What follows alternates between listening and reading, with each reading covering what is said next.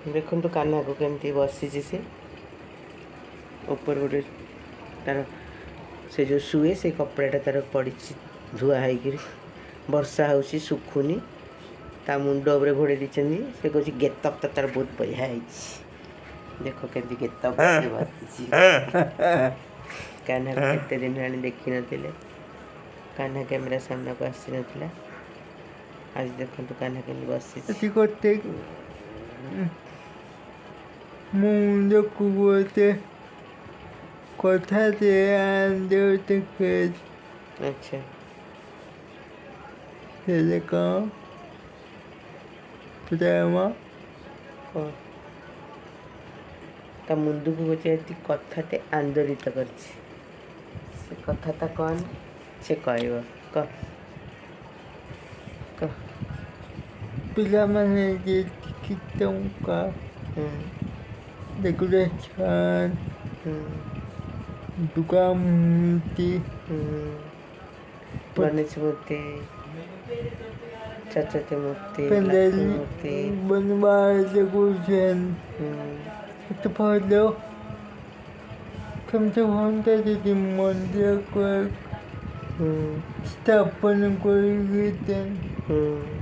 ସବୁ ଦେବାଦେବୀଙ୍କୁ ଗୋଟିଏ ଜାଗାରେ ରଖୁଛନ୍ତି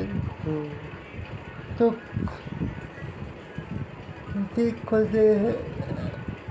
ଟେନସନ୍ ବିନା ସବୁଦିନ ବି ଠାକୁର ଲହନ୍ତେ ସମସ୍ତେ ଦେଖନ୍ତେ ଆଉ ଦୁଇ ଦିନ ନା ତ କରୁଛ ତାହେଲେ ତୁମେ ଦୁନିଆକୁ ସବୁ ଆସୁଛ 2 ଦିନ ପାଇଁ ରହିକି 3 ଦିନ ବେଳକୁ ତମକୁ ନେଇ ନଦେଲେ ବୁଲେଇ ଦିଅନ୍ତେ ମଜା ପଇକି ଡ୍ୟାନ୍ସ ବାପା ଠିକ୍ ଖାଲି ଡିଜେ ବଜେଇକି କେତେ ଲୋକଙ୍କୁ ହାଟ ଚୋକ କରିକି ମାରୁଛନ୍ତି କାହ୍ନା କ'ଣ କହିଲା ଶୁଣିପାରିଲେ ତ ଜାଣିପାରିଲେ ତ ସେ କହିଲା ଡେକୋରେସନ୍ରେ ପଇସା ସବୁ ଛାଡ଼ନି ସେ ପଇସାରେ ଗୋଟେ ଭବ୍ୟ ମନ୍ଦିର ଗୋଟେ ତିଆରି କରିଦିଅ ଠାକୁରଙ୍କୁ ସବୁଦିନ ଲଗେଇ ସେଠି ପୂଜା କର ସବୁ ଲୋକ ଦେଖିବାକୁ ଆସିବେ ସମସ୍ତେ ଦେଖିବେ ତୁମେ ବି ସବୁଦିନ ପୂଜା କରିବ ଠାକୁର 2 ଦିନର ଖେଳନା ନୁହନ୍ତି ତାଙ୍କୁ 2 ଦିନ ଆଣିକି 3 ଦିନ ବେଳକୁ ଫୋପାଡ଼ି ଦେବ ଯଦି ଠାକୁର 2 ଦିନ ଆସିକି 3 ଦିନରେ ତୁମକୁ ଟେନସନ୍ ଦେଇ ଫୋପାଡ଼ି ଦେଉଛ ତାହେଲେ ତୁମେ ଯଦି ଆସୁଛ ତୁମେ ବି 2 ଦିନ ରୁହ 3 ଦିନ ବେଳକୁ ତୁମକୁ ବି ନଦେଲେ ନେଇକି ଫୋପାଡ଼ି ଦେବେ ସେମିତି ପୂଜା କରି ପଇସା ନଷ୍ଟ କର ନା ସେଇ ପଇସାକୁ ରଖ ଗୋଟେ ଭବ୍ୟ ମନ୍ଦିର ତିଆରି କର କାହ୍ନା ଯାହା କହିଲା ଠିକ୍ କହିଲା ନା ସେଇ ପଇସା ଖର୍ଚ୍ଚ କରିକି ଗୋଟେ ସ୍କଲାର ପିଲାକୁ ଦେଶର ଭବିଷ୍ୟତ ତିଆରି କର ଗୋଟେଇକି ପଇସା ଗୁଡ଼ାକ ଡେକୋରେସନ୍ ସାରି ମଦ ପିଇକି ଫୋପାଡ଼ିକି ନଷ୍ଟ କର ନା ଯେଉଁମାନେ ନିଡି ଦେଖୁଛନ୍ତି ତ କାହ୍ନା କ'ଣ କହୁଛି ଯେଉଁମାନେ ନିଡି ଯାହା ପାଉନାହାନ୍ତି ପାଠ ପଢ଼ିବାକୁ ପଇସା ନାହିଁ ଖାଇବାକୁ ପଇସା ନାହିଁ ତାଙ୍କୁ ଦିଅ ସେମାନେ ହେଲେ ଜୀବନ୍ତ ଠାକୁର କ'ଣ ପାଇଁ ଦେଉଛନ୍ତି ଲୋକମାନେ ଏତେ ଚାନ୍ଦା ମୁଁ ବି ଜାଣିପାରୁନି ପାଇଁ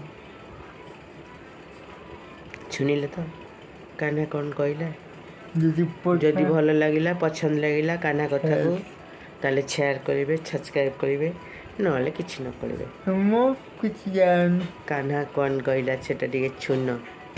କାହ୍ନା କଥାକୁ